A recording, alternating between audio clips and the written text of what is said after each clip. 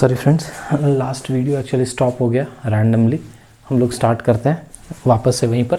Charge के बारे में हम लोग पढ़ रहे थे, तो यूनिट हम लोग देख लिए थे। यूनिट क्या है? कूलम। अब एक चीज़ कि अगर मान लो कोई एक चार्ज है, ठीक है, मैंने आपको बताया कि जब दो ऑब्जेक्ट एक दूसरे से रब होगा तो चार्ज का ट्रांसफ़र होगा, ठीक है। तो क्या होगा, एक चार्ज को छोड़ेगा और दूसरा उसको गेन करेगा, मतलब एक लूज़ करेगा और दूसरा उसको गेन करेगा। तो जो लूज़ करेगा ना उस पर कैसा निगेटिव, और जो गेन करेगा पॉजिटिव, और जो गेन करेगा उस पर कैसा निगेटिव चार्ज होगा, ठीक। कोई दिक्कत? उसके बाद कि चार्ज आप ऐसा देखे हो Na प्लस Cl माइनस, कभी ऐसा देखे हो Na 1.5 प्लस?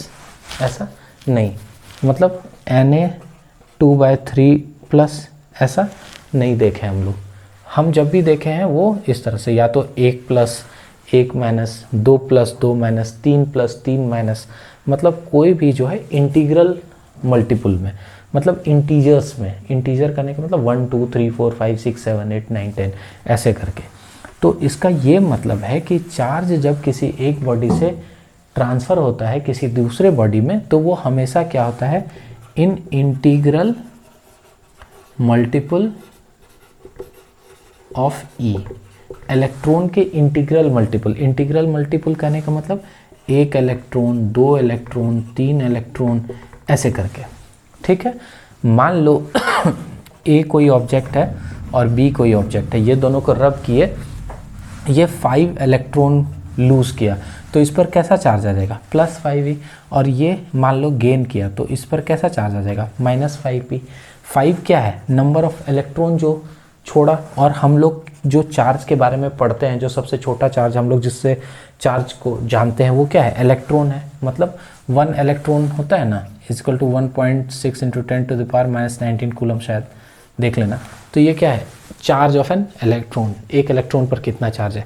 तो हम लोग कभी भी चार्ज के बारे में पढ़ते हैं कि 1 इलेक्ट्रॉन चार्ज वो ट्रांसफ़र हुआ, 2 इलेक्ट्रॉन, 3 इलेक्ट्रॉन, मतलब हमेशा इंटीजर्स नंबर में।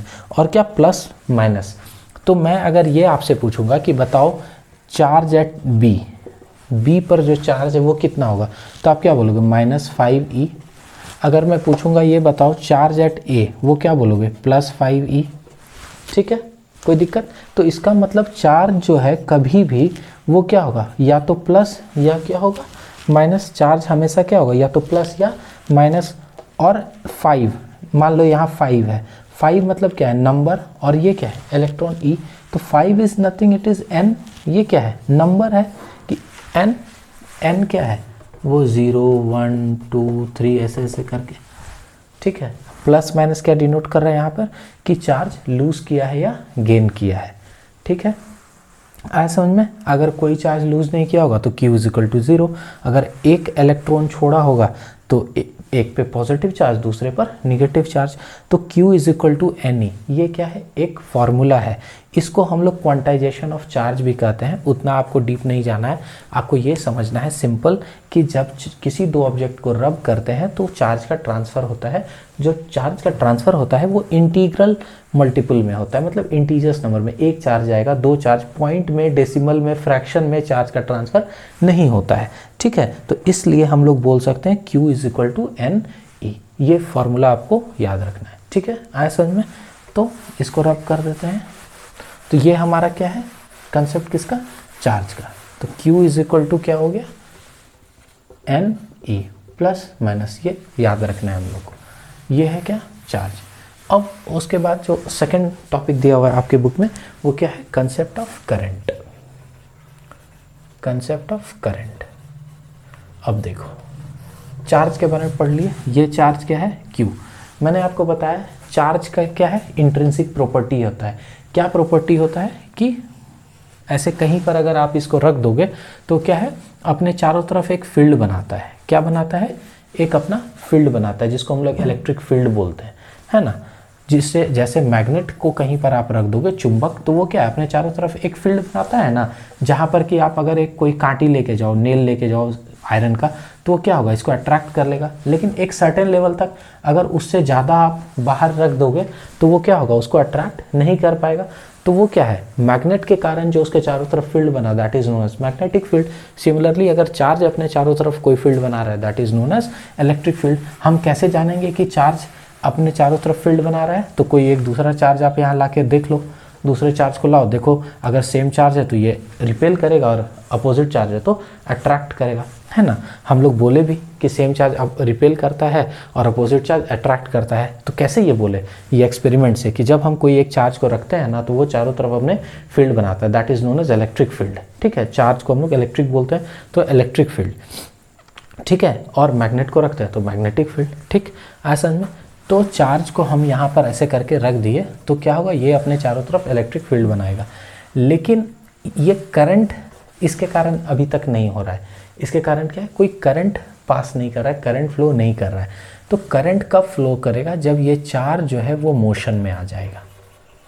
जब चार्ज क्या होगा, मोशन में आ जाएगा, तब ही वो क्या है, करंट प्रोड्यूस करेगा। सबसे पहला चीज़ क्लियर हो गया कि चार्ज जब मोशन में आएगा तब वो करंट। एक चीज़ और याद रखना कि चार्ज जब मोशन में होगा तो करंट तो प्रोड्यूस करता ही है, उसके साथ साथ मैग्नेटिक फील्ड भी क्रिएट करता है। क्या है मैग्नेटिक फील्ड? आप देखे होंगे गांव में बड़ा बड़ा टावर होता है ऐसे करके, मतलब इस टाइप से होता है ना, एक से एक वायर ऐसे करके जुड़े होते हैं। गांव में खेतों में ऐसा होता है। तो क्या होता है कि इसके आसपास आप देखोगे यूट्यूब वगैरह पे बहुत सारे वीडियो हैं। यहाँ पर अगर कोई पक्षी उड़ रहा है तो वो क्या हो गया, इससे अट्रैक्ट हो जाता है, यहाँ इसकी तरफ खींचा जाता है, इसको करंट लग जाता है। या हम लोग जब स्टेशन पे होते हैं, ट्रेन पकड़ने के लिए पहुँचे होते हैं, तो अगर हम लोग प्लेटफॉर्म के बहुत करीब होते हैं, ट्रेन आ रही होती है, तो हमारे गार्जियन बोलते हैं कि पीछे हट जाओ, ट्रेन खींच लेगा। उसका रीज़न क्या है कि वहाँ पर जो आयंस हैं, जो डस्ट पार्टिकल्स हैं हमारे इन्वायरमेंट में, वो क्या है, मोशन में आ जाएगा ट्रेन के आने से, हवा के कारण, कोलिशन के कारण। तो वो क्या, जब मोशन में आएगा तो वो क्या है, एक फील्ड क्रिएट करता है अपने चारों तरफ। तो दैट इज़ मैग्नेटिक फील्ड। वही यहाँ पर इस तार के साथ केस है। ये क्या करता है, चार्ज जब मोशन में रहता है तो इलेक्ट्रिक फील्ड तो ये प्रोड्यूस कर ही रहा है, उसके साथ साथ ये चारों तरफ अपने मैग्नेटिक फील्ड भी बना रहा है। तो this you have to remember कि चार्ज जब मोशन में होगा तो मैग्नेटिक फील्ड भी क्रिएट करेगा as well as electric field. तो ये समझ में आ गया कि चार्ज जब मोशन में आ गया तब हम लोग इलेक्ट्रिक करंट, तो वो क्या है, करंट फ्लो करेगा तभी। कैसे? वो जैसे मान लो कोई एक वायर है इस तरह से, इसमें अगर इलेक्ट्रॉन चार्ज मूव कर रहा है इस साइड में, तो हमेशा करंट उसके अपोजिट डायरेक्शन में मूव करता है। चार्ज अगर मूव कर रहा है इस तरफ तो करंट उसके अपोजिट साइड में मूव करता है, ये याद रखना। अब इसका डिफिनेशन क्या है करंट का, कि rate of flow of charge, charge के फ्लो का क्या रेट, वो क्या कहलाता है, इज नोन एज करंट। ठीक है, रेट का मतलब क्या, दर। किसी भी चीज़ को टाइम से डिवाइड कर दो तो वो क्या है, रेट है। मतलब अगर करंट की बात करें तो क्या हो, current is the rate of flow of charge. मतलब अगर चार्ज Q है और रेट क्या होगा, टाइम से डिवाइड कर देंगे T, तो that is known as electric current. तो I is equal to Q/T, और Q इज इक्वल टू हम लोग IT लिख सकते हैं। यहाँ पर Q इज इक्वल टू क्या लिख सकते हैं, IT। तो ये भी याद रखेंगे, Q is equal to I into T। Small या कैपिटल में लिख सकते हैं, कोई दिक्कत नहीं है। ठीक है, तो I is equal to Q/T, rate of flow of charge, charge के फ्लो का रेट। मतलब कि T इज़ द टाइम। अगर 1 सेकंड की बात करें तो 1 सेकंड में ये कोई एक कंडक्टर है, 1 सेकंड में इस कंडक्टर से कितना चार्ज फ्लो किया, वही क्या कहलाता है, इलेक्ट्रिक करंट। जितना ज़्यादा इधर से चार्ज पास करेगा पर सेकंड, उतना ज़्यादा उसके अपोजिट डायरेक्शन में करंट फ्लो करेगा। ठीक है, कोई दिक्कत? तो जैसे मान लो हम लोग कोई एक छोटा बैटरी लेते हैं और एक बड़ा बैटरी लेते हैं, तो होता क्या है, छोटा बैटरी जो है वो ज़्यादा चार्ज, मतलब कम चार्ज पास कराता है, ये ज़्यादा चार्ज पास कराता है, तो इसलिए ज़्यादा करंट प्रोवाइड करता है ना। ऐसे करके हम लोग समझते हैं। तो जितना ज़्यादा चार्ज पास करेगा उतना ज़्यादा इलेक्ट्रिक करंट प्रोड्यूस होगा। ठीक है, और करंट हमेशा चार्ज के अपोजिट फ्लो करता है। कोई दिक्कत? अब उसके बाद इसका यूनिट ऑफ करंट, करंट का यूनिट क्या है, ये होता है एम्पियर।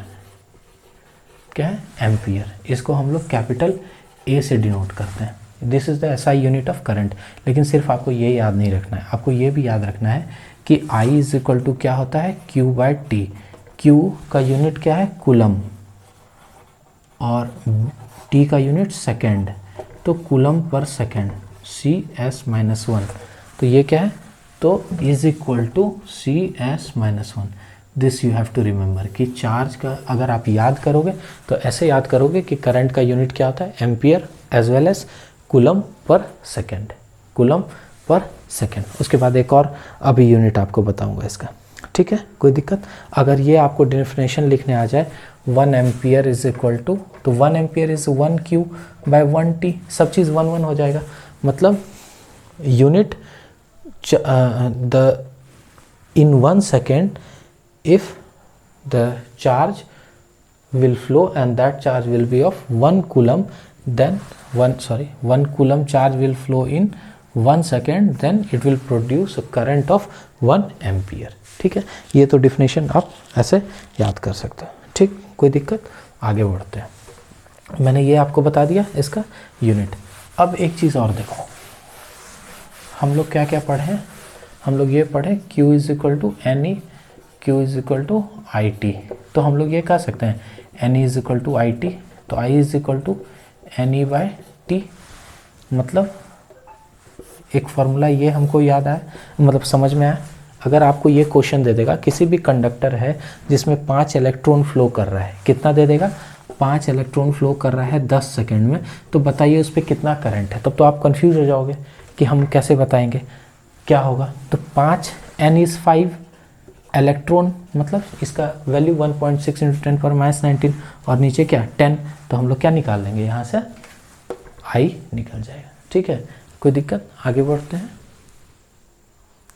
एक चीज़ और इसमें ये जान लो कि इसको सर्किट हम लोग को आगे पढ़ना है। सर्किट में मतलब सर्किट का करने का मतलब, जैसे ये अपने घर में देख रहे हो ना, स्विच है, फैन है, बल्ब है, तो ये क्या एक सर्किट है पूरा, जो जहाँ से करंट आता है और वापस जाता है। तो हम लोग अगर करंट को मेजर करना चाहते हैं घर में, मान लो आप किसी वायर में मेजर करना चाहोगे कि उसमें कितना करंट फ्लो कर रहा है, तो उसके लिए आप क्या है, एक डिवाइस यूज़ करोगे जिसको हम लोग कहते हैं एमीटर। एमीटर क्या है, मेजर करता है क्या, करंट को, ठीक है, करंट को मेज़र करने के लिए यूज़ करते हैं किसका, एमीटर का। एक चीज़ इंपॉर्टेंट है जो आगे आपको पूछा जाएगा, ये बहुत पूछते हैं कि एमीटर को हम लोग सर्किट में कैसे जोड़ेंगे, सीरीज़ में जोड़ेंगे या पैरेलल में जोड़ेंगे। ये मैं आपको आगे बताऊंगा कि सीरीज़ और पैरेलल में इसको कैसे जोड़ते हैं, लेकिन ये आपको अभी याद रख लेना है कि इसको हम लोग किस में जोड़ेंगे, सीरीज। हमेशा जो सर्किट में एमीटर को जोड़ते हैं वो किस में जोड़ते हैं, सीरीज़ कनेक्शन में, ठीक है, ऑलवेज यही आपको याद रखना है, ठीक। उसके बाद क्वांटिटी कैसा है, क्वांटिटी होता है एक स्केलर और एक वेक्टर। तो पूछेगा आपको इलेक्ट्रिक करंट क्या है, कैसा क्वांटिटी है, तो आपको ऐसे क्वेश्चन दे देगा, electric current have magnitude and direction. आपको क्वेश्चन पूछेगा कि electric current has magnitude as well as direction, so it is known as vector quantity. तो राइट और रॉन्ग, तो this is wrong. Electric current एक ऐसा क्वांटिटी है जिसमें मैग्नीट्यूड भी है, डायरेक्शन भी है, but still it is a scalar quantity. तो electric current is a scalar quantity. Vector quantity के लिए क्या क्या चाहिए, मैग्नीट्यूड चाहिए, डायरेक्शन चाहिए, और ट्रायंगल या पैरेललोग्राम लॉ ऑफ एडिशन जो है उसको फॉलो करना चाहिए वेक्टर क्वांटिटी में, ठीक है। ये आगे आप समझोगे इसको, अभी आपको ये याद रखना है। मतलब अगर ये बैटरी है तो करंट क्या है, यहाँ से चला और वापस यहाँ पर आता है, एक सर्किट पूरा करता है, तो मतलब जहाँ से चला वहीं वापस आ गया। तो अगर हम लोग वेक्टर क्वांटिटी की बात करेंगे तो डायरेक्शन अगर देखेंगे तो नेट आप मतलब कहीं से चले और वापस वहीं पर आ गए, तो आपका डिस्टेंस क्या हुआ, डिस्टेंस तो समझ में आता है कि पूरा आपने ट्रैवल किया, लेकिन अगर मैं आपसे पूछता हूँ कि डिस्प्लेसमेंट बताओ, तो डिस्प्लेसमेंट आप बोलते हो ना zero, because displacement is a vector quantity, जहाँ से चले वहीं वापस आ गए, net displacement is zero. Similarly current circuit में यहाँ से निकला और वापस यहीं पर आता है, ठीक है, जो बैटरी है, जो टर्मिनल है, इसलिए उसका नेट डिस्प्लेसमेंट क्या है, जीरो।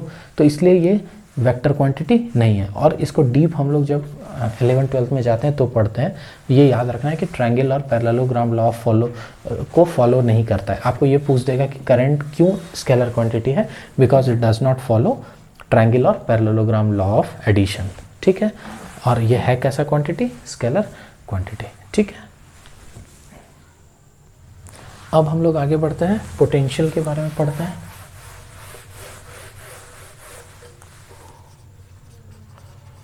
पोटेंशियल एंड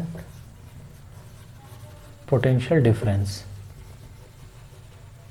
देखो, पोटेंशियल और potential difference basically electric potential difference है, ऐसे समझो। पोटेंशियल हम लोग नॉर्मली क्लास में बोलते हैं ना, जब फाइट होता है एक दूसरे से, तो हम लोग बोलते हैं बताओ तेरे में क्या पोटेंशियल है, चलो स्कूल के बाहर तुमको देखते हैं, तुम्हारा पोटेंशियल नाप लेंगे, ठीक है ना, ऐसे बोलते हैं ना। तो पोटेंशियल का मतलब क्या था, क्षमता, ठीक है, किसी की क्षमता, ऐसे समझ लो तो आपको समझ में आ जाएगा। दूसरी चीज़ मैंने आपको बताया था कि जब कोई एक चार्ज कहीं पर प्लेस्ड होता है तो वो अपने चारों तरफ क्या करता है, इलेक्ट्रिक फील्ड बनाता है, ठीक है।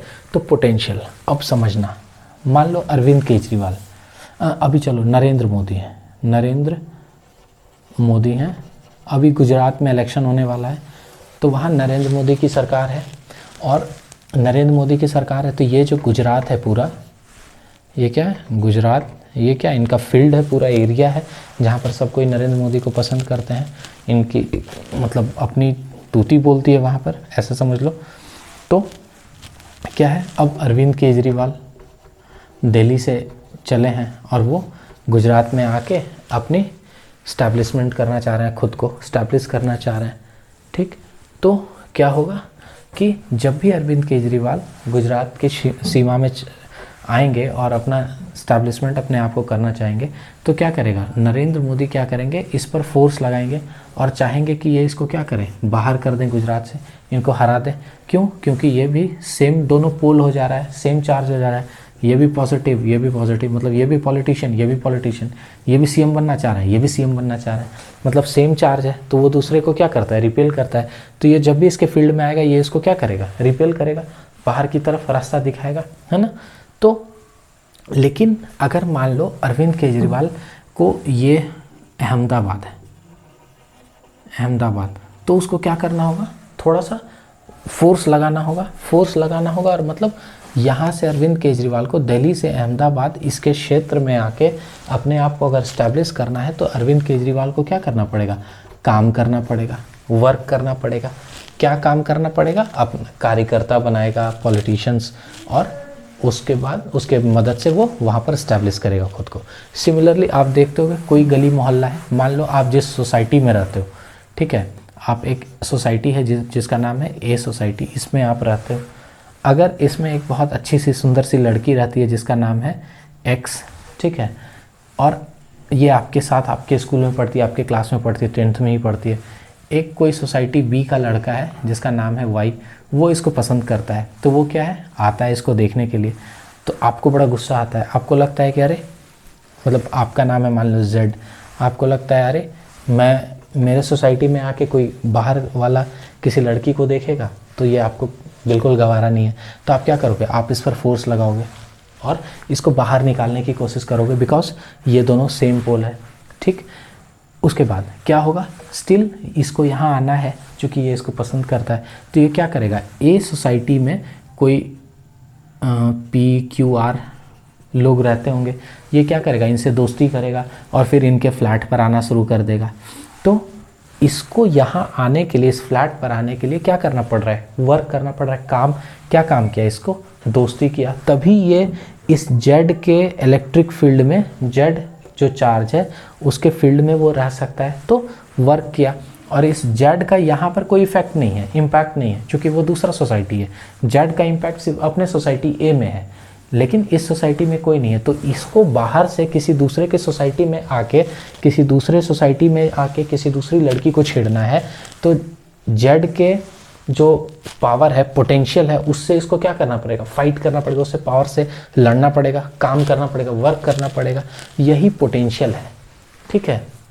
अब हम लोग समझेंगे कि कोई एक चार्ज है क्यू, ठीक है, तो चार्ज है, तो मैंने बताया इसके कारण इसका क्या होगा, एक इलेक्ट्रिक फील्ड बना होगा। एक दूसरा कोई एक टेस्ट चार्ज है, क्या है, क्यू नॉट क्या है, unit positive test charge, unit positive test charge. जब ये चार्ज क्यू नॉट, अगर मान लो यहाँ पर कोई पॉइंट है ए, हम इसको यहाँ से इस पॉइंट ए पर लाना चाहते हैं, ठीक है। तो क्या होगा, जैसे ही एक यूनिट पॉजिटिव टेस्ट चार्ज ए की तरफ आएगा, बिकॉज ये चार्ज क्या है, ये भी पॉजिटिव चार्ज है, ये भी पॉजिटिव है, ये उसको क्या करेगा, रिपेल करेगा। तो still if we have to let it come at point A, तो हम लोग इसको क्या करेंगे, फोर्स लगाएंगे, इस पर फोर्स लगाएंगे मतलब वर्क करेंगे, फोर्स लगाएंगे और इसका डिस्प्लेसमेंट कराएंगे वहाँ से यहाँ। तो इस पर क्या होगा, वर्क होगा, नेट क्या होगा, वर्क डन होगा। तो इलेक्ट्रिक पोटेंशियल वही कहते हैं कि जब किसी भी यूनिट पॉजिटिव टेस्ट चार्ज को कहाँ से ला रहे हैं, इन्फिनिटी। इन्फिनिटी क्यों कहते हैं, ताकि इसका इम्पैक्ट यहाँ पर नहीं रहे, इसका फील्ड यहीं तक है, इसके बाहर इसका कोई फील्ड नहीं है।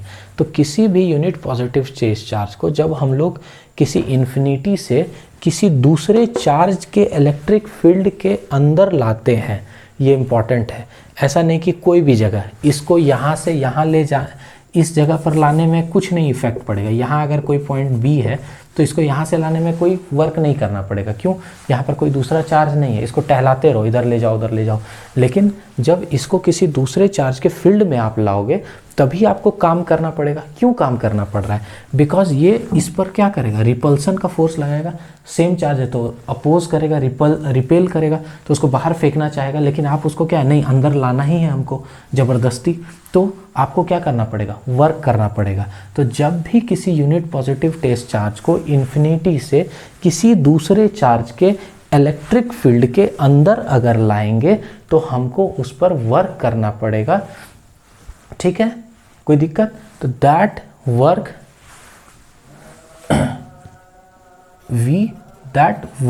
डन क्या है, work done on unit positive test charge is known as, the ratio of work done to the unit positive test charge is known as electric potential। समझ में, जब किसी भी हम लोग अगर डिफाइन करेंगे कि पोटेंशियल एट ए, अगर हम बोले पोटेंशियल को V से डिनोट करते हैं, तो V at A is equal to क्या हो जाएगा, work done in bringing a unit positive test charge Q naught from infinity to A divided by that unit positive test charge is known as electric potential. कोई दिक्कत, amount of work done, ये क्या काम करना पड़ा, वही ये electric potential है। होप आपको ये समझ में आ गया होगा।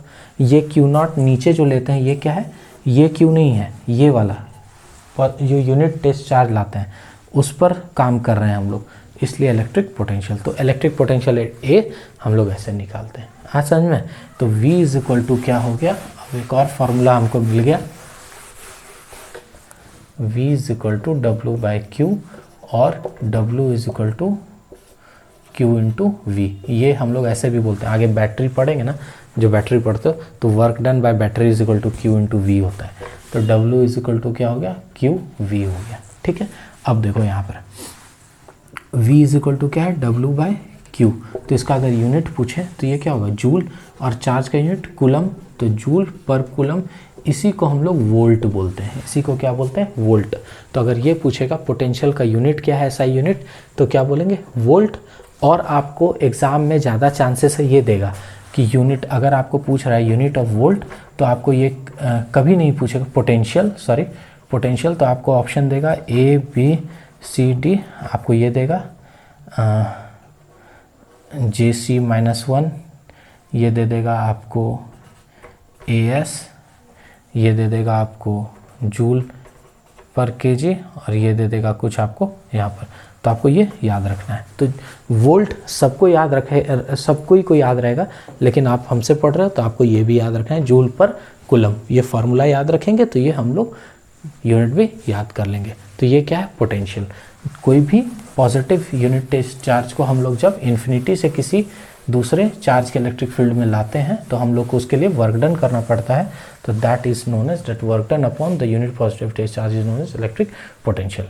कोई दिक्कत। अब ये क्वांटिटी कैसा है, ये भी क्या है, scalar quantity. This is also है स्केलर क्वांटिटी। यूनिट समझ में आ गया, वोल्ट और जूल पर कूलम। अब देखते हैं पोटेंशियल डिफरेंस, ये क्या है। अब समझो यहाँ पर क्या है, डिफरेंस, पोटेंशियल। मैं आपको बोल रहा हूँ कि डिफरेंस बताओ, मैं आपको बोलूँगा कि ये दो लड़का है, ठीक है, क्लास में आप बोलते हैं ना, अरे इस दोनों के ताकत में डिफरेंस है, दोनों के स्टेमिना में डिफरेंस है। तो क्या डिफरेंस जब भी आपको नापना होगा तो दो ऑब्जेक्ट के बीच नापोगे तभी आप डिफरेंस किसी अंतर तभी निकाल सकते हैं। तो पोटेंशियल डिफरेंस क्या, सिमिलरली अगर एक कोई चार्ज था Q, हम इन्फिनिटी से ला रहे थे तो हम ये बताए कि इस पॉइंट A का क्या पोटेंशियल है। हम लोग इन्फिनिटी से यहाँ चार्ज ला दिए, यहाँ पर ये जितना इस पर फोर्स लगाया तो मतलब हम लोग बता दिए कि W = Q/Q0। इस पॉइंट पर जितना वर्क डन इसके कारण हुआ इसको लाने में और बटे वो चार्ज कर दिए तो पोटेंशियल निकल गया किसका, इस सिर्फ एक पॉइंट का। किसका निकला, A पॉइंट का। इसी तरह अगर B का निकालना होगा तो उसको भी W/Q0 कर देंगे, है ना। इस तरह अलग अलग हम लोग निकालेंगे। लेकिन अगर हम लोग ये पूछें आपसे कि पोटेंशियल डिफरेंस बताओ, तो पोटेंशियल डिफरेंस का मतलब कि अंतर, मतलब ऐसा होगा ना कि दो चीज़ में कोई ना कोई पोटेंशियल होगा, उसी दोनों का हम लोग डिफरेंस निकाल रहे हैं। तो वो क्या होता है, किसी एक चार्ज के किसी इलेक्ट्रिक फील्ड में। अब जैसे ये है, मान लो ये चार्ज है, इसका इलेक्ट्रिक फील्ड है, यहाँ एक पॉइंट है A और यहाँ पर क्या है, कोई पॉइंट है B। इसी चार्ज के इलेक्ट्रिक फील्ड में चूँकि इसका कोई एक पोटेंशियल होगा, इस जगह का भी कोई पोटेंशियल होगा। यहाँ ये चार्ज ये पॉइंट A इस चार्ज के ज़्यादा करीब है, ये इससे दूर है, तो इस जगह पर हम अगर किसी टेस्ट चार्ज को लाएंगे तो उस पर ज़्यादा काम करना पड़ेगा, इस पर लाएंगे तो उसके बनिस्बत कम काम करना पड़ेगा। तो हम लोग को तो ये पता है कि पोटेंशियल A का कुछ अलग होगा, पोटेंशियल V का कुछ अलग होगा। तो इस दोनों का जब हम डिफरेंस निकाल देंगे दैट इज़ पोटेंशियल डिफरेंस। मतलब इसको ऐसे बोलते हैं, जब किसी यूनिट पॉजिटिव टेस्ट चार्ज को हम किसी एक पॉइंट A से किसी दूसरे पॉइंट B पर ले जाएंगे तो उस पर जो हमको वर्क डन करना पड़ेगा divided by unit positive test charge is known as electric potential difference. मतलब अगर वो लड़का जो सोसाइटी A में आ गया था वो किसी अपने रिश्तेदार के यहाँ आ गया, लेकिन उसको उस लड़की के और करीब जाना है तो उसके फ्लैट में जाने में उसको थोड़ा और वर्क करना पड़ेगा। क्यों? क्योंकि बाकी के जो लड़के हैं उनको गुस्सा है कि मेरे लोकेलिटी में, मेरे फ्लैट, मेरे सोसाइटी में आके कैसे कोई बाहर वाला किसी लड़की को छेड़ सकता है या पसंद कर सकता है ना। या अरविंद केजरीवाल अगर अहमदाबाद, अगर मान लो गुजरात इन कर गए, ठीक है, अगर उनको फिर से गुजरात इन उस एरिया में इन कर गए, उस पर फोर्स लगाना पड़ा, उसके बाद अब अगर उनको वहाँ लेजिस्लेटिव असेंबली में बैठना है गुजरात में, तो फिर क्या करना होगा, और एक्स्ट्रा वर्क करना होगा। तो वो उसी विद इन टेरिटरी कर रहे हैं, तो फिर क्या निकलेगा डिफरेंस, कि पहले अरविंद केजरीवाल को गुजरात में लाने में कितना वर्क करना पड़ा, मान लो 50 कार्यकर्ता को जोड़ना पड़ा, लेकिन जब वो असेंबली में गए तब 200 को जीतना पड़ा। तो इनका वर्क हुआ ना, चेंज हुआ। यहाँ पर वर्क लाने में कुछ कम पड़ा, यहाँ पर लाए कुछ, मतलब दोनों में डिफरेंस है। तब हम आपसे पूछेंगे कि बताओ अहमदाबाद से असेंबली में लाने में अरविंद केजरीवाल को कितना डिफरेंस वर्क ज़्यादा करना पड़ा, तो क्या बोलोगे, 200 - 50 = 150 कार्यकर्ता बढ़ाना पड़ा। सिमिलरली किसी चार्ज का कोई इलेक्ट्रिक फील्ड है, उसमें कोई एक पॉइंट है A और दूसरा पॉइंट है B, तो यहाँ पर एक यूनिट पॉजिटिव टेस्ट चार्ज है A पर, इसको अगर हम लोग को B के पास लाना होगा तो हम लोग को फिर से वर्क करना पड़ेगा इसको लाने के लिए। क्यों? क्योंकि ये लगातार इसको क्या कर रहा है, रिपेल कर रहा है। तो that work done from bringing a charge from A to B divided by unit positive test charge is known as electric potential difference. ये क्या होगा, पोटेंशियल डिफरेंस। है समझ में? पोटेंशियल और पोटेंशियल डिफरेंस में, पोटेंशियल में क्या कर रहे थे, इन्फिनिटी से किसी चार्ज के इलेक्ट्रिक फील्ड में ला रहे थे, और पोटेंशियल डिफरेंस में क्या कर रहे हैं, किसी चार्ज के इलेक्ट्रिक फील्ड के एक पॉइंट से दूसरे पॉइंट पर हम लोग यूनिट पॉजिटिव टेस्ट चार्ज को ले जा रहे हैं। That is known as electric potential difference. कोई दिक्कत? यूनिट इसका वही रहेगा जो पोटेंशियल का था, सिर्फ यहाँ पे क्या है, VB - VA हो जाएगा, और यूनिट उसका वही रहेगा, क्वांटिटी भी ये क्या है, स्केलर क्वांटिटी। ठीक है, आगे बढ़ते हैं। अगर इसको मेजर करने की बात आएगी कि कोई एक सर्किट है, उसमें अगर आप वोल्टेज पोटेंशियल निकालना है तो वो कैसे निकालते हैं, जैसे करंट को मेजर करते थे एमीटर से, पोटेंशियल को मेजर करते हैं वोल्ट मीटर से, और ये हमेशा पैरेलल में जुड़ता है सर्किट में। कैसे? पैरेलल में। करंट एमीटर से नापते थे सीरीज में जोड़ के, पोटेंशियल वोल्टमीटर से नापेंगे पैरेलल में जोड़ के। ठीक है, इसको भी मैं आगे आपको बताऊंगा जब हम लोग रेसिस्टेंस पढ़ेंगे, उसके बाद सर्किट पढ़ेंगे, जब वहाँ क्वेश्चंस करेंगे तो ये ज़्यादा आपको क्लियर होगा, वो मैं आपको वहाँ पर दिखा दूंगा। ठीक है, तो ये पोटेंशियल हो गया और पोटेंशियल डिफरेंस हो गया। उसके बाद जो है आपके बुक में वो है रेसिस्टेंस के बारे में, कंसेप्ट ऑफ रेसिस्टेंस। क्या है रेसिस्टेंस? रेसिस्ट, आप लोग सुने होंगे रेसिस्ट करना। रेसिस्ट करने का मतलब क्या होता है? रोकना, रोकना या अवरोध पैदा करना। ठीक है, तो रेसिस्ट करना किसी चीज़ को रोकने से, तो resistance is like same thing कि जब कोई एक कंडक्टर है, इससे करंट पास करेगा, मान लो आई, तो ये क्या करेगा, ये जो वायर है ये इसको रोकेगा पास होने से। पास होने से क्या करेगा? रोकेगा, ऑब्स्ट्रक्शन पैदा करेगा। तो रेसिस्टेंस का मतलब क्या हो गया? ऑब्स्ट्रक्शन, मतलब रोकना, अवरोधन पैदा करना। जब करंट किसी कंडक्टर से पास करेगा तो वो कंडक्टर उस करंट को फ्लो करने में रेसिस्ट करेगा, रोकेगा, ऑब्स्ट्रक्ट करेगा, that is known as resistance. Sorry. तो वो जो ऑब्स्ट्रक्ट कर रहा है उसी को हम लोग क्या बोलते हैं? रेसिस्टेंस। अब इसको आप ऐसे समझो, कोई एक कंडक्टर है,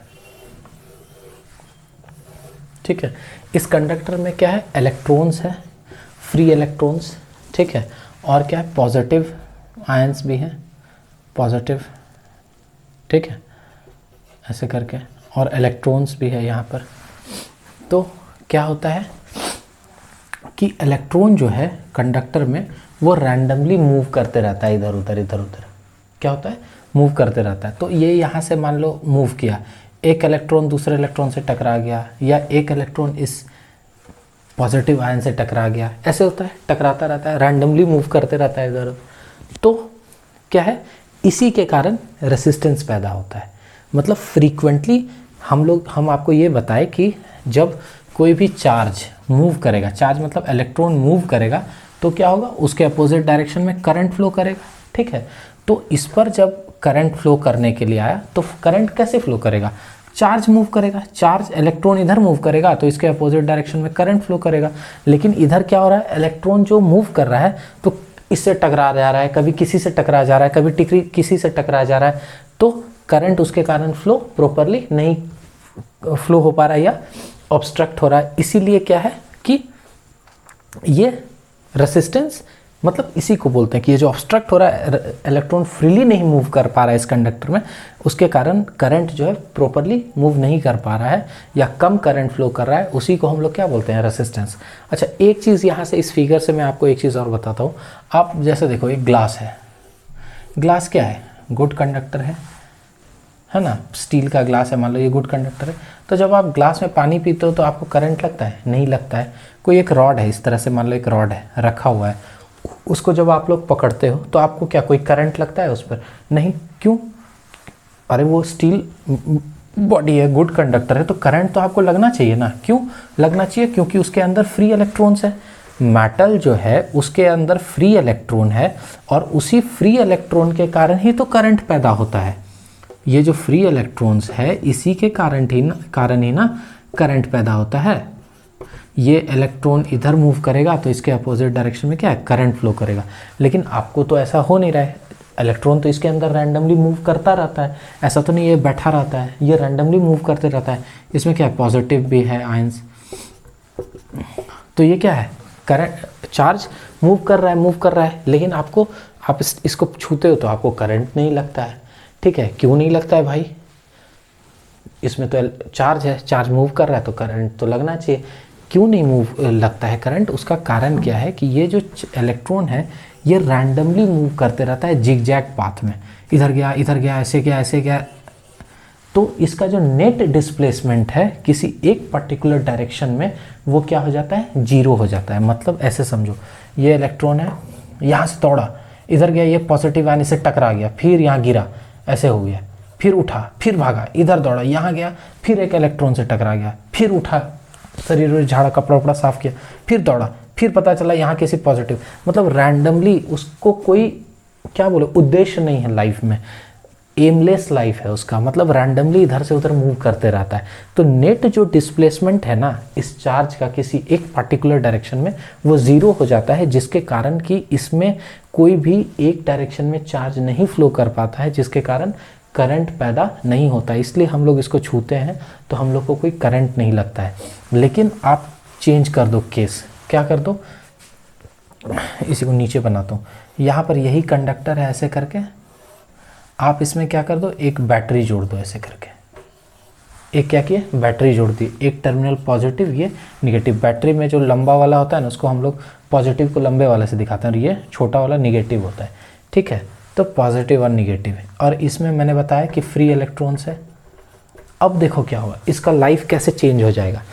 अब जब इसमें हम लोग एक बैटरी जोड़ दिए या इसको बोर्ड से कनेक्ट कर दिए, तो क्या हुआ, ये इलेक्ट्रॉन जो है अब यहाँ पॉजिटिव भी है ऐसे करके, इलेक्ट्रॉन को एक उद्देश्य मिल गया जीवन का। क्या उद्देश्य मिल गया कि ये सारा इलेक्ट्रॉन अब मूव करेगा किस तरफ, इस पॉजिटिव प्लेट की तरफ, है ना। या कहो कि पॉजिटिव से क्या होगा, आई करंट निकलता है किधर, पॉजिटिव टर्मिनल से बैटरी का। क्यों, क्योंकि ये जो इलेक्ट्रॉन्स है इसके अंदर रैंडम जो मूव कर रहा था फ्री इलेक्ट्रॉन्स, वो क्या है, पॉजिटिव प्लेट की तरफ अट्रैक्ट होगा, because opposite charge attract each other. तो सारा इलेक्ट्रॉन्स किधर मूव करने लगेगा, इस तरफ। इलेक्ट्रॉन इधर आएगा तो उसके अपोजिट डायरेक्शन में क्या हुआ, करंट फ्लो करने लगेगा। तो क्या हुआ, क्यों इलेक्ट्रॉन आया और करंट फ्लो किया, क्योंकि यहाँ पर इसको उद्देश्य मिल गया। अब क्या है, ये इलेक्ट्रॉन मान लो, ये वाला इलेक्ट्रॉन देखो, ये अब ये इलेक्ट्रॉन है, इस इलेक्ट्रॉन को लो, ये इलेक्ट्रॉन मूव किया, किधर जाना चाहेगा, पॉजिटिव। यहाँ से आया, दौड़ा, इसको इस पर, इस इलेक्ट्रॉन से टकरा गया, फिर गिरा, फिर उठा, लेकिन फिर जो उठा इस बार ये फिर किधर दौड़ेगा, फिर इधर ही दौड़ेगा, फिर पॉजिटिव से टकरा गया, फिर गिरा, फिर उठा, शरीर झाड़ा, और फिर ये दौड़ा, फिर ये दौड़ेगा किधर, इस तरफ ही। क्यों, क्योंकि ये पॉजिटिव, अब इसको एम मिल गया है कि हमको लाइफ में ये क्या, अपोजिट चार्ज इसमें जाके चिपक जाना है। तो ऐसे करके ये क्या होगा, सिमरन हमेशा इधर दौड़ते हुए आएगी, ठीक है ना। अल्टीमेटली इसको ट्रेन पकड़ लेना है, ठीक है। तो गिरेगी पड़ेगी, लेकिन अल्टीमेटली इधर ही आएगी। तो किसी एक पर्टिकुलर डायरेक्शन में इस इलेक्ट्रॉन का क्या होगा, कुछ ना कुछ मूवमेंट तो हो ही जाएगा। जब इस इलेक्ट्रॉन का किसी एक पर्टिकुलर, मतलब यहाँ जो रैंडमली जिगजैग वे में कर रहा था वो नहीं होके एक डायरेक्शन में आ जाएगा। हाँ, ये सही है, ये कह सकते हैं कि इस इलेक्ट्रॉन का जो स्पीड है, जिस स्पीड से ये दौड़ा था, उस हिसाब से जो करंट होना चाहिए वो करंट नहीं होगा, क्योंकि ये बार बार टकराएगा, कोलिजन होगा, जिसके कारण इसमें करंट जो है, जो चार्ज का मोशन था वो घट जाएगा, तो करंट कम होगा। बट करंट कुछ ना कुछ होगा, बिकॉज ये एक डायरेक्शन में पर्टिकुलरली मूव करना स्टार्ट कर देगा सारा इलेक्ट्रॉन। तो जैसे सारा इलेक्ट्रॉन ऐसे मूव करना स्टार्ट कर देगा, उसके अपोजिट डायरेक्शन में करंट का फ्लो होना स्टार्ट हो जाएगा, ठीक है। कोई दिक्कत। अब देखो यहाँ पर जो ये इलेक्ट्रॉन था ना, इसका कुछ वेलोसिटी रहा होगा, इसको हम लोग बोलते हैं v।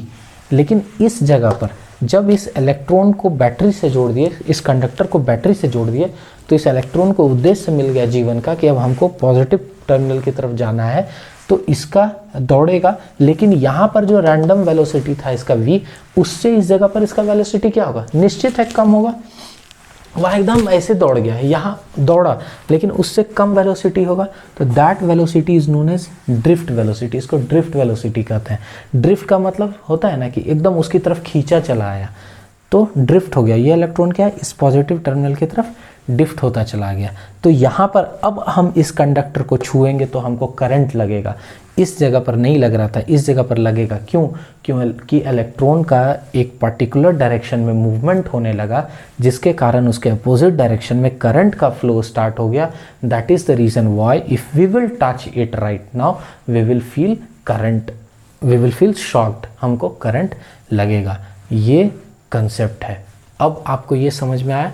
यहाँ पर क्या है, रेसिस्टेंस आर यहाँ पर भी होगा। क्यों, रैंडम मोशन है, यहाँ पर भी कुछ ना कुछ तो रेसिस्टेंस होगा ही आर।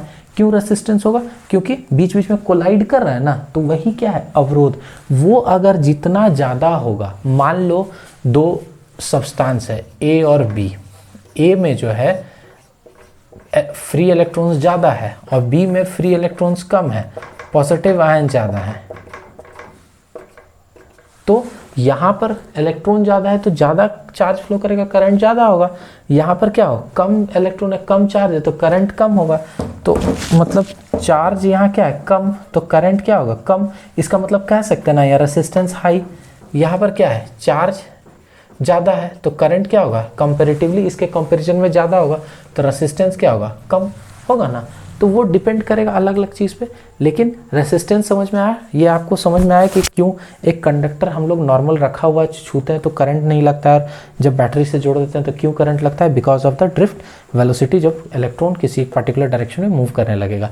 तो what is resistance, resistance is the obstruction, जब ये कोलाइड करेगा पॉजिटिव से, आपस में लड़ेगा, तो उस कोलिजन के कारण जो चार्ज, जो करंट फ्लो करना था उतना नहीं करके उससे कम करेगा, that is known as resistance. यही क्या है, रेसिस्टेंस है, ऑब्स्ट्रक्शन है, रेसिस्ट करता है करंट को, ठीक है। अब इसी से हम लोग बोल सकते हैं कि कंडक्टर अगर गुड कंडक्टर है तो रेसिस्टेंस कम होगा, बैड कंडक्टर है तो रेसिस्टेंस ज़्यादा होगा, इंसुलेटर है तो रेसिस्टेंस एकदम बहुत हाई होगा, सेमी कंडक्टर है तो रेसिस्टेंस बीच बीच का होगा, थोड़ा फ्लो भी करने देगा, थोड़ा ऑब्स्ट्रक्ट भी करेगा। तो ये क्या है, आपको समझ में आ गया। रेसिस्टेंस क्या है, आर से डिनोट करते हैं, इसका यूनिट क्या है, ओम, OHM, ओम से डिनोट करते हैं। जब इसका यूनिट ओम से डिनोट करते हैं तो चलो ओम्स लॉ पढ़ लेते हैं, ओम्स लॉ, ठीक है। अब देखते हैं ओम्स लॉ क्या है। देखो बहुत सिंपल है, बहुत सिंपल तरीके से समझना है। मान लो तुम्हारे पास 500 रुपये है, तो तुम क्या करोगे, 4 पिज़्ज़ाज खाओगे।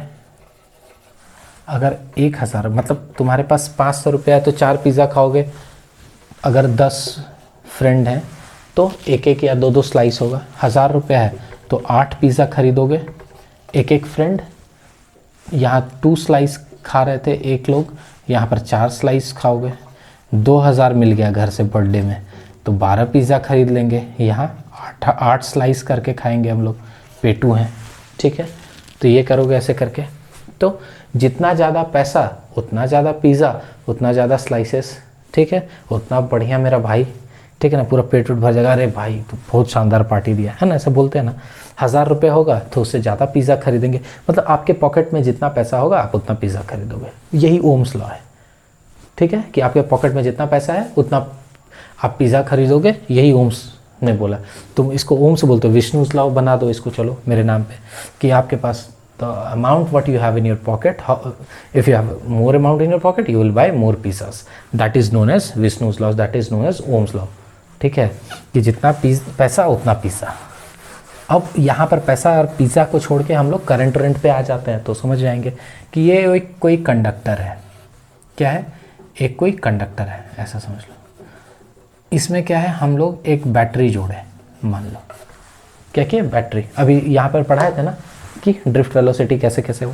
अब उसी कंडक्टर को उठा के यहाँ रख दिया। हम बताए तुमको कि जब इसको बैटरी से जोड़ दोगे तो इसके अंदर के इलेक्ट्रॉन को एक उद्देश्य मिल जाएगा, सब सिमरन जो है आने लगेगी इस तरफ, शाहरुख की तरफ, तो ये क्या होगा, करंट फ्लो करने लगेगा। अब इसको छूओगे तो करंट मारेगा। अब तुम एक चीज़ बताओ कि ये बैटरी 12 वोल्ट का है, ठीक है, तो इसमें करंट फ्लो करेगा, मान लो I। अगर हम ये सेम कंडक्टर ऐसे करके ले लो, क्या है, इस पर बैटरी बढ़ा दो, बड़ा बैटरी कर दो, 20 वोल्ट का कर दो, तो करंट कुछ पास करेगा, I1 डिफरेंट हो जाएगा। फिर 50 वोल्ट का बैटरी, उतना, मतलब जितना बड़ा बैटरी होगा करंट उतना ज़्यादा क्या करेगा, फ्लो करेगा। क्यों, क्योंकि वो उतना प्रॉपरली और उतना ज़्यादा तेज़ी से अपनी तरफ इलेक्ट्रॉन्स को अट्रैक्ट करेगा। रैंडम मोशन जो इलेक्ट्रॉन का है उसको एक पर्टिकुलर डायरेक्शन मिल जाएगा, और वो डायरेक्शन भी क्या हो, थोड़ा और ज़्यादा, चूँकि फोर्स ज़्यादा लगने लगेगा, अट्रैक्टिव फोर्स, चूँकि ये इसका मैग्नीट्यूड, इसका क्वांटिटी क्या है, बढ़ रहा है। तो जितना ज़्यादा पोटेंशियल होगा, बैटरी का पोटेंशियल होगा, उतना ज़्यादा क्या होगा, करंट फ्लो करेगा सर्किट में। जितना ज़्यादा पैसा होगा उतना ज़्यादा पिज़्ज़ा, जितना पैसा उतना पिज़्ज़ा, जितना ज़्यादा पैसा बढ़ते जाएगा पिज़्ज़ा उतना बढ़ते जाएगा। मतलब एक दूसरे के क्या है, डायरेक्टली प्रोपोर्शनल है। पैसा पिज़्ज़ा, पैसा pizza, voltage current, voltage current. तो ओम्स लॉ यही कहता है कि किसी भी सर्किट में, ठीक है, जो करंट फ्लो करेगा वो डिपेंड करेगा किस पर, पोटेंशियल पे। तो current I flowing through a conductor, current flowing through a conductor is directly proportional to the potential difference, ठीक है, across the end of the conductor, ठीक है, क्या है, लिखता हूं तब आपको समझ में, current flowing through the conductor is directly proportional to the potential difference connected across the end of the conductor। मतलब कंडक्टर का ये एक एंड है, ये एक एंड है, इस एंड के अक्रॉस जितना ज़्यादा पोटेंशियल हम लोग अप्लाई करेंगे वो करंट उसके, मतलब पोटेंशियल अप्लाई करेंगे करंट उसके प्रोपोर्शनल होगा, या ऐसे कहो करंट उतना ज़्यादा फ्लो करेगा इस कंडक्टर में जितना कि इस कंडक्टर के एंड के अक्रॉस हम लोग पोटेंशियल अप्लाई करेंगे, पोटेंशियल बैटरी लगाएंगे। तो मतलब जितना, ऐसे समझना है, जितना करंट उतना ही ज़्यादा जितना बैटरी, मतलब जितना ज़्यादा पोटेंशियल होगा उतना क्या होगा, आई करंट, ठीक है, यही ओम्स लॉ है और कुछ नहीं, इसको ऐसे समझ लेना है, ठीक है, कोई दिक्कत। तो जितना बड़ा बैटरी उतना करंट, या जितना ज़्यादा करंट है इसका मतलब बैटरी उतना बड़ा है, दोनों एक वाइस वर्सा है। लेकिन ओम्स लॉ ये कहता है, ये आपको एग्जाम में क्वेश्चन पूछेगा कि V is directly proportional to I और I is directly proportional to V, बताइए कौन सा है ओम्स लॉ। तो मतलब वही है, बैटरी जितना बड़ा करंट उतना ज़्यादा, और अगर कहेंगे करंट बहुत जितना ज़्यादा होगा बैटरी, इसका मतलब उतना बड़ा है। लेकिन ओम्स लॉ इस स्टेटमेंट को कहता है, this is not Ohm's law. Ohm's law कहता है कि current flowing through a conductor is directly proportional to the potential difference connected across the end of the conductor. और इसके साथ साथ क्या कहता है कि इसके साथ एक कंडीशन है, वो क्या कंडीशन है कि टेम्परेचर जो है ना वो रिमेन्स कांस्टेंट। मतलब हम लोग ऐसा नहीं कि कंडक्टर लिए 5 डिग्री सेल्सियस पे और आके उसको बैटरी जोड़े 50 डिग्री सेल्सियस पे, तो वो नहीं। अगर कंडीशन टेम्परेचर का कांस्टेंट रहेगा तो हम लोग जब भी ऐसा अप्लाई करेंगे बैटरी जितना बदलते जाएंगे करंट उस हिसाब से बदलता जाएगा। तो I is directly proportional to V, ये याद रखना है आपको, ये क्या है, ओम्स लॉ। तो हम लोग इसको लिख सकते हैं और V is directly proportional to I कह सकते हैं, ठीक है। तो होता क्या, V इज इक्वल टू क्या होगा, I इंटू R, या इसको छोड़ो ऐसे ही लिखो, I is directly proportional to V। तो अगर ऐसे करते हैं V by I is equal to क्या हो जाएगा, constant. V by I is equal to क्या हो जाएगा, अगर इसको I से डिवाइड कर देंगे तो V by I is equal to एक कांस्टेंट आएगा, ठीक है। तो दैट क्यों कांस्टेंट हुआ, ये समझो कि करंट V है, समझना यहाँ V है, अगर 10 करंट है तो उसके मतलब 2 अगर एम्पियर है, मान लो करंट फ्लो कर रहा है, तो इसका मतलब 10 वोल्ट का बैटरी लगा है। अगर हम तुमको ये बोलेंगे कि 20 वोल्ट का बैटरी लगा दिए तो करंट पता चलेगा ना कितना बढ़ जाएगा, ये 2 गुना होगा तो ये भी 2 गुना, एकदम डायरेक्टली प्रोपोर्शनल। तो 4 पंचे 20, 2 पंचे 20, मतलब ये भी 5, ये भी 5, मतलब क्या है, कांस्टेंट है। V बाय I का क्या है, वो हमेशा कांस्टेंट रहेगा। तो V by I is equal to constant. इस कांस्टेंट को हम लोग यहाँ पर कहते हैं रेसिस्टेंस, इसी को क्या बोलते हैं, ये कांस्टेंट क्या है, रेसिस्टेंस। तो V is equal to I R, ये क्या है, फॉर्मूला निकला किससे, ओम्स लॉ से, V is equal to I R. But Ohm's law क्या है, ये I is directly proportional to V। कोई दिक्कत है समझ में। तो V is equal to I R. अगर इसका डिफिनेशन, इसका वोल्ट ओम और इसका क्या है, एम्पियर। कोई दिक्कत, ये तो आपको पता ही है सारा यूनिट वगैरह इसका, ठीक है। मैंने आपको पहले ही बता दिया है कि रेसिस्टेंस का यूनिट क्या होता है, ओम। तो हम लोग ये फार्मूला जान गए, V is equal to I R. तो रेसिस्टेंस का एक और यूनिट लिख सकते हैं, वोल्ट पर एम्पियर होगा ना। V by I is equal to R. V volt, potential का यूनिट वोल्ट और इसका एम्पियर। तो रेसिस्टेंस का एक यूनिट और हो गया, volt per ampere. This you also have to remember. मैंने फिर बताया, आप मुझसे पढ़ रहे हो तो आप इसको, ये दोनों आपको याद रखना है, क्योंकि एग्ज़ाम में 99% केसेस में आपको ऐसा नहीं पूछा जाएगा, ऐसा पूछा जाएगा। तो volt per ampere is known as resistance. आया समझ में? ओम्स लॉ, तो ये क्या होगा? रेसिस्टेंस। और अगर हम बोले कंडक्टेंस क्या है? रेसिस्टेंस का उल्टा कंडक्टेंस। रेसिस्टेंस का उल्टा क्या है? कंडक्टेंस। कंडक्टेंस तो 1/रेसिस्टेंस इज कंडक्टेंस। तो रेसिस्टेंस का यूनिट कितना है? ओम। तो ये क्या हो जाएगा? इसका यूनिट ओम पर ओम हम लोग ऐसे बोलेंगे 1/ओम। ठीक है, इसी को हम लोग क्या बोलते हैं? सीमेंस बोलते हैं, सीमेंस। ठीक है, ये क्या है? सीमेंस, कंडक्टेंस का यूनिट। कोई दिक्कत? अगर हम लोग इसका ग्राफ बनाना चाहें, देखो अगर आपको बोलेगा ओम्स लॉ का ग्राफ क्या होता है वो बताओ, तो ओम्स लॉ से हम लोग क्या जाने? I is directly proportional to V, तो V is equal to IR।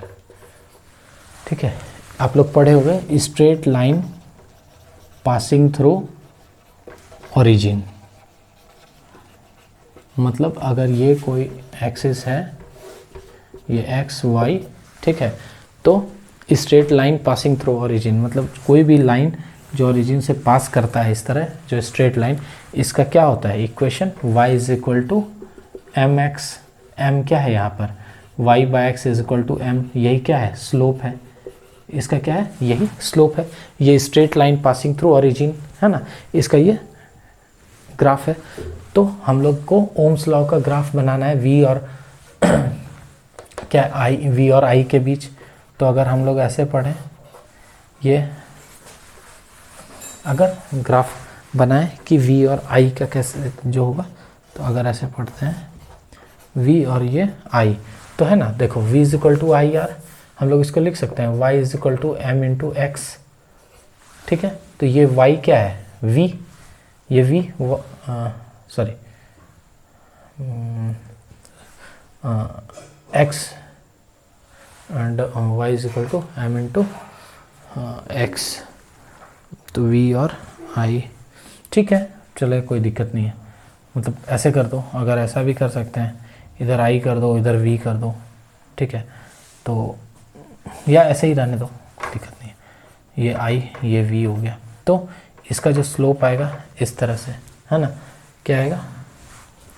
इस तरह से, क्या? Straight line passing through origin. और ये इसका जो स्लोप है वो क्या है? r को डिनोट करेगा, रेसिस्टेंस को, इसका जो स्लोप है। तो ओम्स लॉ जो है तो उसका आई वी ग्राफ अगर बनाएंगे तो क्या है? v और i अगर है तो v is equal to I R, हम लोग पढ़े हैं y is equal to M X. तो x या y में उससे कोई फ़र्क नहीं पड़ता कोऑर्डिनेट कौन सा है। m यहाँ पर क्या है? r, मतलब स्लोप क्या होगा इसका? रेसिस्टेंस। r जो है ये स्लोप होगा। ठीक है, अगर वोल्टेज ज़्यादा है, ठीक है, उस हिसाब से करंट क्या होगा? ज़्यादा या कम, इस तरह से। ठीक है, तो ये क्या है? ग्राफ है किसका? v और i का। कोई दिक्कत ऐसा है? और एक चीज़ कि इसको हम लोग ओम्स लॉ का एक लिमिटेशन है। क्या लिमिटेशन है? जो मैंने आपको बताया कि ओम्स लॉ जो हम लोग पढ़ते हैं ना कि I is directly proportional to V, उसके पीछे एक कंडीशन है। कंडीशन ये है कि टेम्परेचर हमेशा कांस्टेंट रहना चाहिए। तो ओम्स लॉ का ये लिमिटेशन है कि टेम्परेचर जो जनरल, जो आपका टेम्परेचर है, जो आप एक्सपेरिमेंट कर रहे हो, तो वो ऐसे जगह पर करो जो नॉर्मल है। कहने का मतलब सिमिलर है। ऐसा नहीं कि अभी एक बैटरी को जोड़े हिमालय में जाके, दूसरा बैटरी को जोड़े जाके साउथ अफ्रीका में, अब बोलेंगे ओम्स लॉ ठीक नहीं है, तो वो नहीं चलेगा। मतलब टेम्परेचर का जो है वो कांस्टेंट रहना चाहिए। That is the limitation of ohms law. ठीक है, तो हम लोग आज वीडियो को यहीं पे स्टॉप करते हैं। नेक्स्ट वीडियो में हम लोग आगे बढ़ेंगे, फिर रेसिस्टेंस वगैरह के कंसेप्ट को देखेंगे। ठीक है, आपको समझ में आ रहा है तो चैनल लाइक कर देना, सब्सक्राइब कर देना, फ्रेंड्स को भी शेयर कर देना। ठीक है, बाय।